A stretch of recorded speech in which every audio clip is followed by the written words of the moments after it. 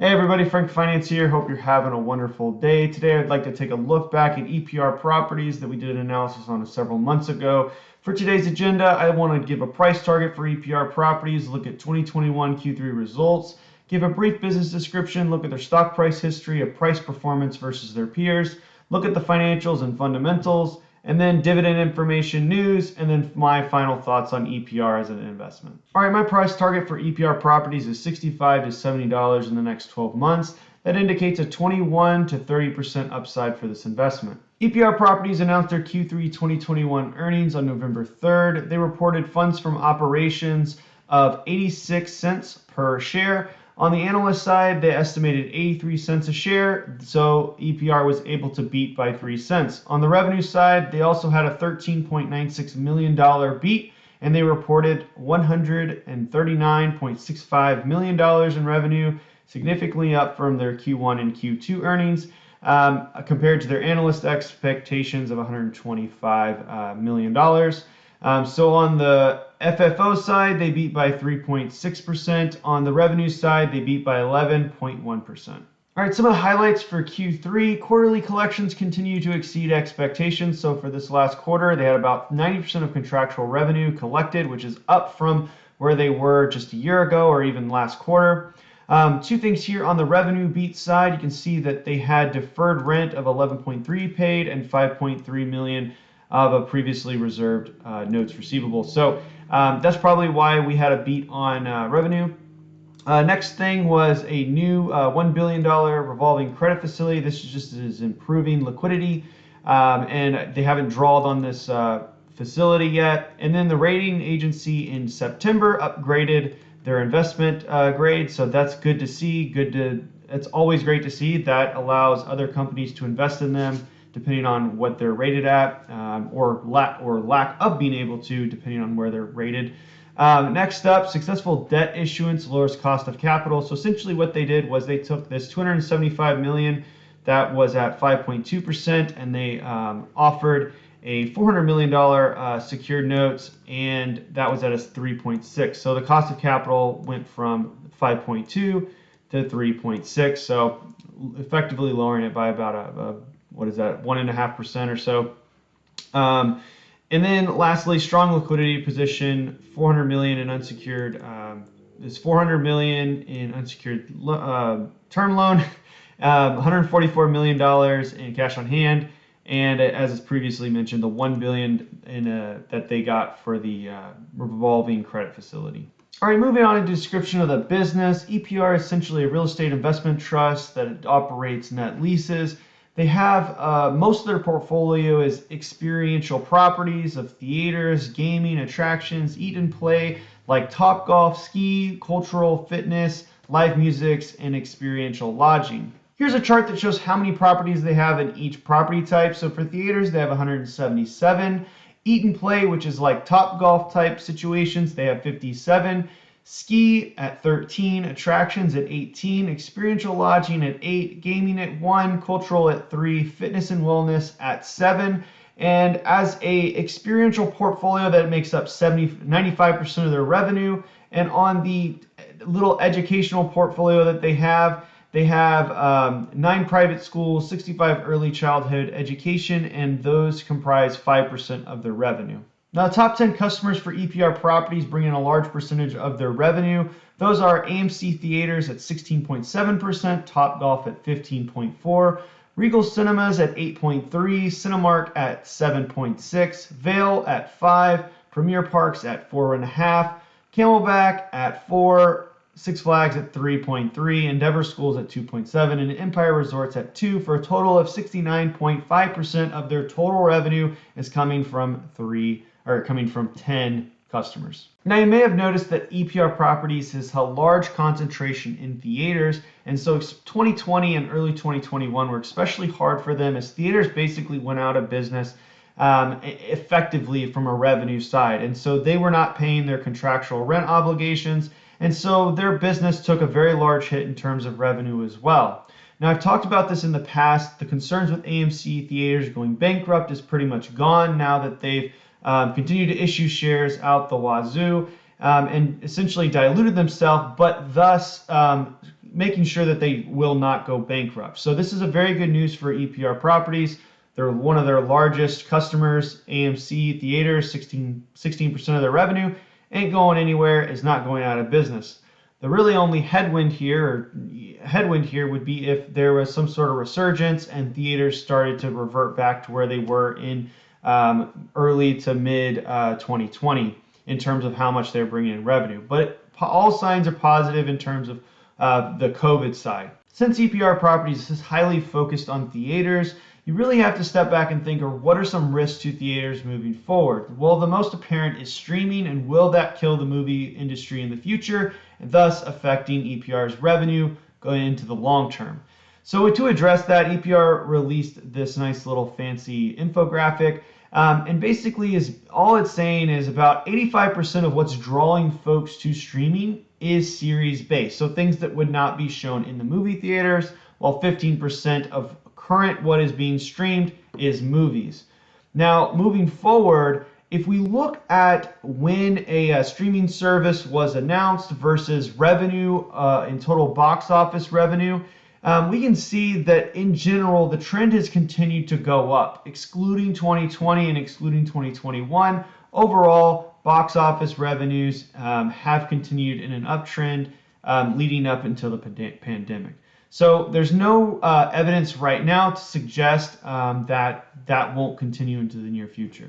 All right, looking at the stock price history for EPR Properties, prior to the pandemic, they were trading a little less than $70, and they had traded as high as almost $80 just in the prior year in 2019. There was one time period in the last 5 years they're trading at $53, which is about where they're at right now. And so I got into this name in December of 2020, around $33, $32 range. So I've seen pretty decent gains here, and so I'm looking to get to that $65, $70 range, and then I'm gonna have to reevaluate. Now my dividend yield based off of my cost basis is close to 10%, so there's some pretty decent dividend returns on this one. So I'm gonna have to weigh that between what I want to get on another investment. So it'd have to be higher than 10%, obviously. So we'll have to look at that, and we'll talk about it a little bit later. All right, doing a price comparisons versus its peers. EPR Properties in gray, SPY is in green, O is in purple, SRG in yellow, and VNQ in blue. And you can see S&P 500's severely, in the last 5 years has outperformed all these REITs quite substantially, and only 2 of them have produced positive returns, modest returns of 25 and 36%. And EPR Properties specifically is down 24% in the last 5 years. Going to the 2% or 2-year mark, EPR Properties is still down 28% over 2 years, and there's only one REIT that actually outperformed in the last 2 years. Outperformed zero, I should say, not the S&P. And then going into the year, EPR Properties is blowing away everybody else at 111% in the last year. And the other ones are in the 20 to 35% range. So this is the only thing here where EPR is actually outperforming the SPY. And then moving on to the last 6 months, EPR is up 5% compared to the S&P around 10. And looking about the 3-month mark, the last time I did my stock analysis on EPR, we're looking at somewhere, still outperforming the other REITs, however, still underperforming the S&P 500. The reason why I have the S&P 500 in here comparison-wise is for that appreciation. One thing to note is that, the historical underperformance of the REITs versus REITs versus the SPY is, something you need to take in consideration. If you're looking for consistent income, sure, a REIT might be very attractive, especially on a drip, or if you're just using it for income. But if you're looking for capital appreciation purely, the SPY, at least historically, has definitely outperformed most of the REITs in this group, and that will probably be a trend that continues moving forward. So just keep that in mind when you're considering a REIT versus something like the SPY for capital appreciation. All right, next I want to look at revenue estimates for 2021 and 2022. So for full year 2021, which has one more quarter left, revenue estimates are at $510 million. That's only one analyst, so there's not a lot of analysts covering this right now. And then on for full year 2022, revenue estimates are $568 million. Now let's look at revenue. All right, so jumping into the revenue side, if we look at Q1 and Q2, they had 110, 124, and for Q3, they had $139 million in revenue. So in order to get the estimate of 510 for full year 2021, they're going to have to bring in roughly about the same as they made in this quarter, around 130, $139 million. So I think it is definitely possible for them to get the full year estimate and hit that target. That's definitely a realistic goal. If we go to the annual revenue side, let this load here. For 2018, they had 563, 2019, 649, and for 2020, 408 million. So if we get, analysts are only estimating to them to get back to the 2018 levels in full year 2022, not even getting back to the 2019 levels of $649 million. So there is some concern here for me. If they can't get back to that 2019 level of revenue, or at least at a minimum, get to the earnings per share of the FFO of what they are getting in 2019, then you have a valuation issue of will they really get to the $65 or $70 range if we're not actually getting back to the revenue or the earnings per share that you would anticipate in order to justify that valuation. Moving on to the balance sheet, looking at cash and short-term investments are at $509 million, receivables at 98, total current assets at 634. Total assets, scroll down a little bit, it's $6.1 billion. Overall, that's gone down in the last, during 2020. And liabilities, current liabilities are at 89, and they got plenty of cash. They got plenty of short-term investments to cover current liabilities.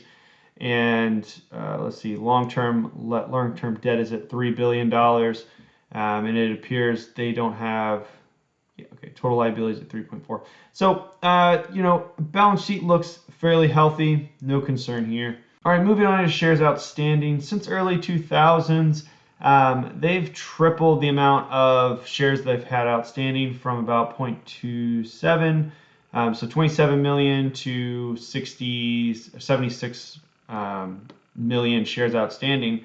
And really in the last 5 years or so, they haven't really increased that substantially, and I don't expect that or wouldn't want that to change unless they're going out and buying something with equity, and it would need to be a good deal. So we want to keep an eye on that, make sure that they're, when they do have an increase in shares outstanding, it is for something that's going to add value to the business, bring in more revenue, and they're not overpaying for it. So just keep an eye on this. This is something you want to make sure it doesn't sneak up on you. All right, so moving on into dividend information. EPR suspended its dividend in May of 2020 and then reinstated it back in July. And then they issue quarterly, or actually monthly dividends. And right now, they're 25 cents a month, and that is an annualized rate of $3 a share. So the next thing I want to talk about is payout ratio. So if we take the FFO of 86 and we kind of create a payout ratio based off of that of 75 cents over 86, we get a payout ratio of 87 cents for Q3 of 2021. I don't think this is totally out of line with other REITs and where they are at with their payout ratio, but in comparison of other dividends, and security, not close to 90% is pretty high. I think pretty secure is 40-60% on a higher note. So it is pretty high, but it's not inconsistent with what you would see with other REITs out there. So do I think it would increase moving forward? And kind of what they've said, based off of their estimates for 2022, I don't expect this to increase a lot, maybe by a few cents, but I don't expect it to go back to where it was pre-pandemic. Nothing right now suggests that they're going to have the revenue in 2022 to justify that. So that is also a something to take in consideration if value folks that value the dividend. The dividend yield is going to be lower in comparison to what they might be willing to pay a little bit more for something if they're going to get a higher dividend yield out of it. So that may affect the actual stock price. So just keep that in mind. It's one consideration. All right, so for my final thoughts on EPR, they do have a large portfolio concentration in the theaters business, and we've seen that improve over the end of 2020 and early 2021. And all signs look to a recovery, at least in the theater business. So if we do see a contraction back towards going towards a pandemic or anything, new strains come up, this is going to have an adverse effect on EPR and how much they're collecting in rent. It is over 30% of their revenue, and it's still not fully recovered. So that health is going to have to continue going back to close to 97%, I think, contractual receiving of revenues before we get back to those 2019 levels of revenue. And one other note here is it is promising to see that AMC is not going to go bankrupt. I mentioned this in my last video, but basically because AMC has issued so many shares, there's not really, while they have massively diluted their shareholders, it's been extremely helpful for them to raise cash and be able to pay some of the debt that they had. And that was going to lead them into bankruptcy if they didn't solve that issue. So the whole AMC issue is totally separate, but this has benefited EPR. As it was almost 17% of their revenue for this last quarter. One of their biggest actual, number one actual client. And they've been able to keep their debt under control throughout the pandemic, so that's been good. And they didn't issue any new shares over the course of the pandemic. That's another benefit here. And they, in order to do that, they did reduce some of their investments to offset the income loss. So over the next several quarters, we're going to probably see that start to come back. And they did mention a little bit of that in the earnings call yesterday. So good stuff there. In terms of the price target, I'm still looking at $65 to $70 in the next 12 months, indicating a 21 to 30% upside. Now, there are a few things as we went through here that were concerning to me that you do need to know that are a risk. So looking at revenue estimates for 2022, we're looking to get back to 2018 levels, not to get back to 2019 levels where the range of it, where we were in that range of $65 to $70. So that is a pretty big concern for EPR. The quicker they are able to recover those revenues that are being deferred, rent payments that are being deferred, the better off they can get back to their 2019 levels and actually probably improve. So while there aren't a lot of analysts doing estimates for 2022, there's only 3. It is concerning to see that estimate only reflecting back to 2018 levels, and it's not a huge upside from what they're bringing in right now in Q3. So we'll definitely want to monitor that, and that's going to have an effect on the valuation. The other thing here is on the dividends, as I mentioned just shortly ago, is folks that are investing in EPR for the dividend, when that was cut and when it was reinstated at not the same level, which is honestly a trend that I've seen across several REITs, and I've also seen it across several dividend type stocks. They reduced their dividend during the pandemic, and then when they reinstate or either reduced or cut their dividend completely, and then when they were able to, they reinstated the dividend. In a lot of cases, they didn't they didn't reinstate it back to the full amount. They brought it back to something that was more reasonable. However, for dividend investors, that yield is fairly important.